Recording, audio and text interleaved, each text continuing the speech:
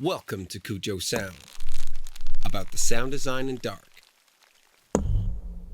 Part 7. Welcome to Cujo Sound, and this is Bjørn Jacobsen speaking, and I am the sound designer of the newly released video game called DARQ. And in this video, I'll be going over one of the levels of the game, and I'll explain the sound design as much as I can and as detailed as I can. I really hope you will enjoy it. Check out this level. The audio direction is the same. The sound is very subtle. Moving objects and stuff have sound, but else the room tone is quite subtle. The point of that being that everything you touch will have a loud noise, and everything you don't touch or has nothing to do with will not have that much of a sound. Yet moving items will have a noise. So you see the generator over here on the right is some bendy metal that I had in my kitchen from a very old recording, combined with a transformer noise. I don't remember the hertz that I recorded at, probably 50.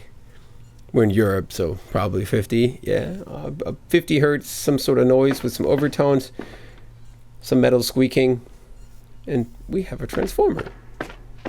Anyway, when we are going to touch this plate, we will get this rotation noise, which is kind of interesting. It is some stones that I was turning out at the Copenhagen Film School, actually a very old recording that I made for a different game. Back then I didn't know how to record anything or why I was doing anything, but I did. So let's try.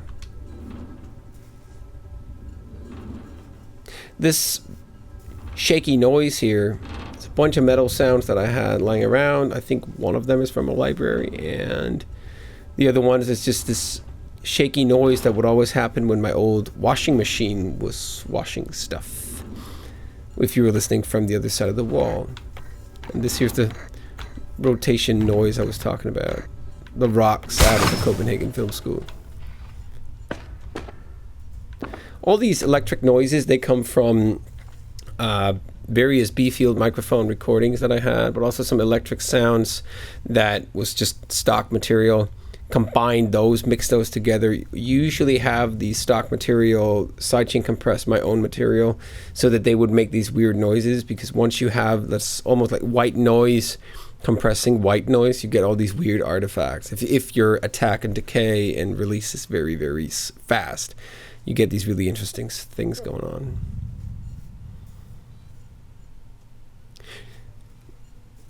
This bed sound here, this is a bunch of sounds of some wood and some springs that I had, which we were using to create this noise.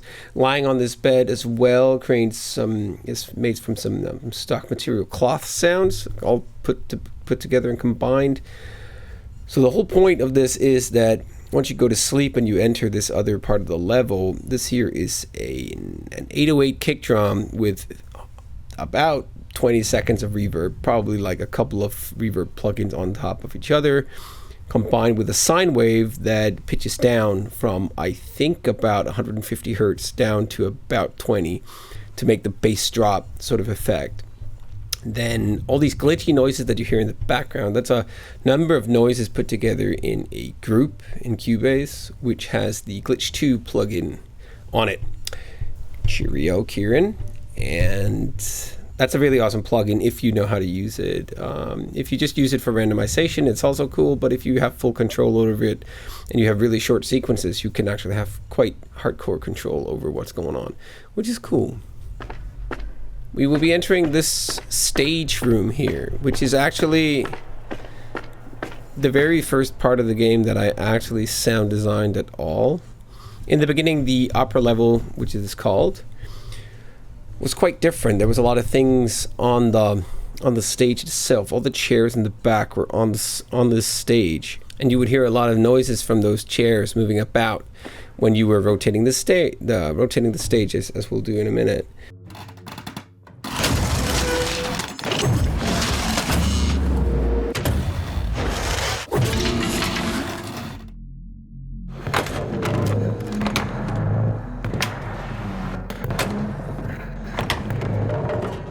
The whole point being that each of these items had a sound attached to it with a random container or like a multi-instrument, as it's called in FMOD.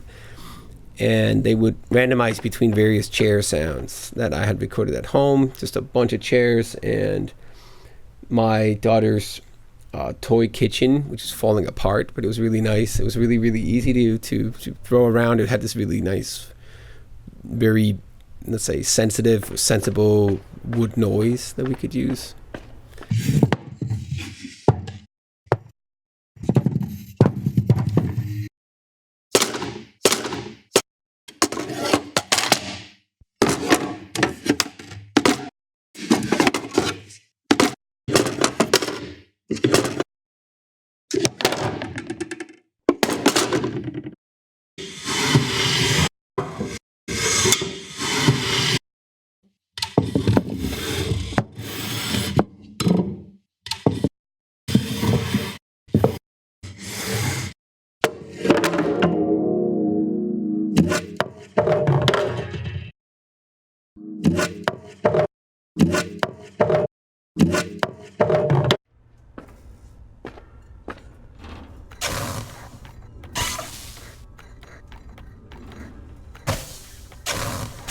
Over here, it's the same transformer noise as from before.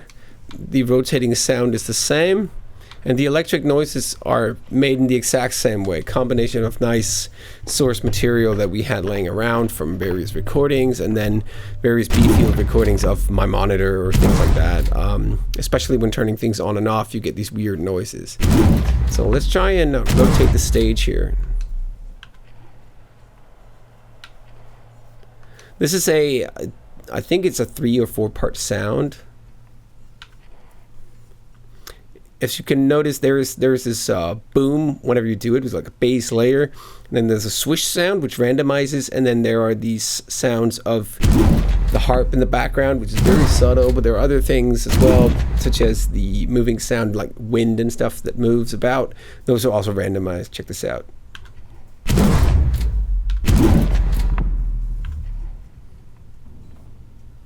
That click sound you hear on some of these recordings, the sound that happens. That one, that's actually from my recordings from the school. I've mentioned this in a bunch of talks that I've given, where we were at an abandoned school and we're recording stuff in a gym. It's a wooden ball thrown at a basketball hoop, and it's rolling on the ground. And this is the sound it made as I stopped the ball from rolling on the ground. And here we are. This is just basically a basic rotation noise, just a bass drop, a couple of bassy sounds put together. Just makes it roll like this. And now we can't enter this area because we need to alter this electricity before we can do anything. Here we are.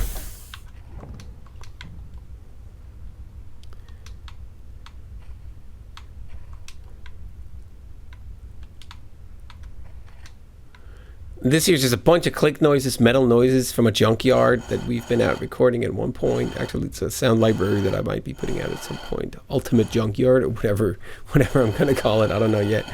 But let's move this light about. This noise here is straight up some metal grinding noise out of a library that I've just looped and put together.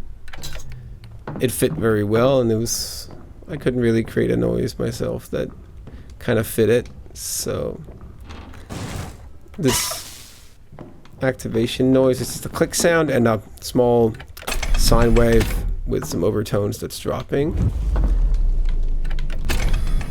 Here we are. Let's go up and pick up the light bulb.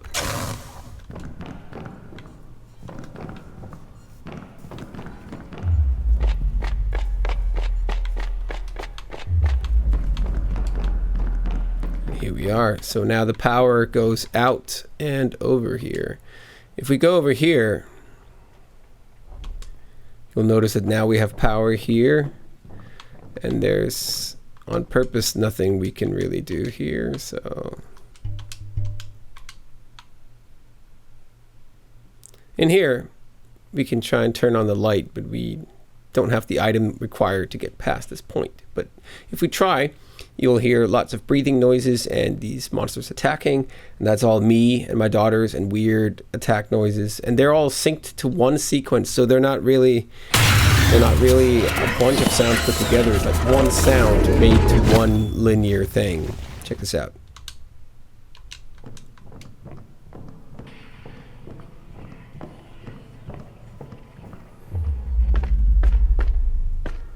There we go. Noises that happens. Let's go back here and try and solve this.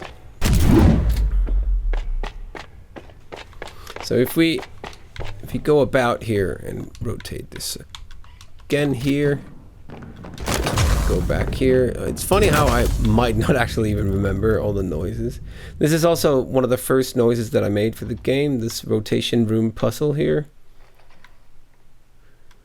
You might have seen it in some of the original material put out by the developer. It was part of his very first trailer that he put out. When he was like announcing that I was sound designing this game, or that progress in the game was happening, other than just the basic development that had been going on before, where he had been concepting and developing the first parts of the game.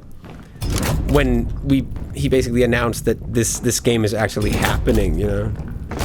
There we go. So we need to get over there. We need to get these wires to fit together, so we can make that. Now it goes there and here, and there we are. But we can't get over there now, so here we are. But we don't have anything to put here, so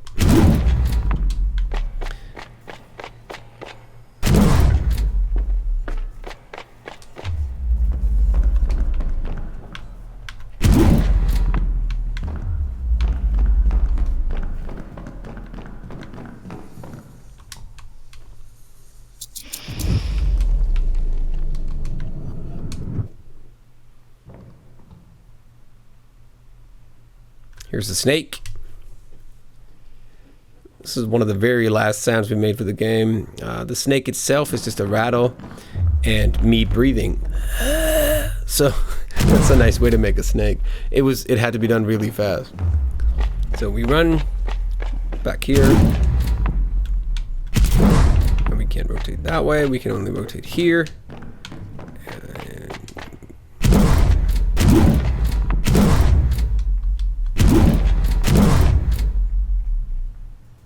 Notice how the noise of going from here to here is slightly different from when we actually rotate all the way around. It has one more layer of sounds that's actually put into it. Back when the stage had more things to it, it was much more obvious that this was what was going on. But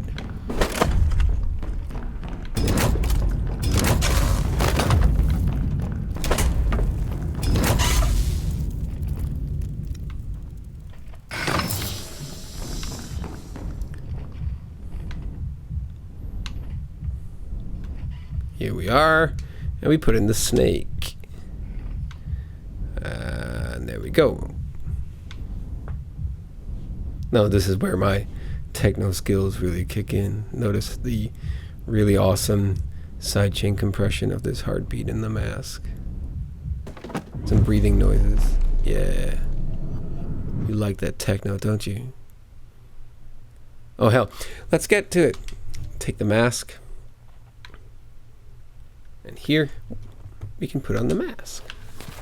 And when we do, there is this tiny mask sound of being put on, a little bit of breathing. It's basically just me through my jacket.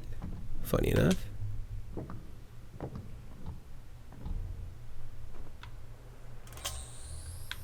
And then once we turn on the lights, the monsters will not attack us because we're wearing the mask now.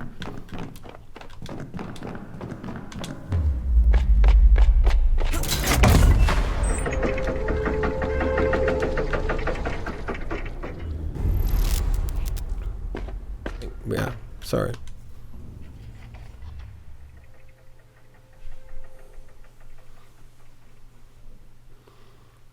And that sound is like this clock noise, tuck, tuck, tuck, tuck, tuck, tuck, tuck, tuck, tuck, which is being put together. And this is going offline constantly because my controller goes offline every time I put it on the cable. Really annoying Xbox cable here. Anyway.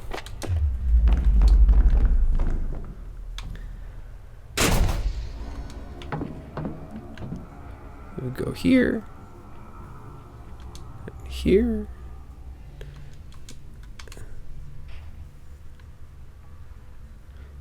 Here's the special noise of a loop where you can pick up these special pages. Now, I'm not going to show you how to pick up all these pages on other levels, so it's only on this one, right?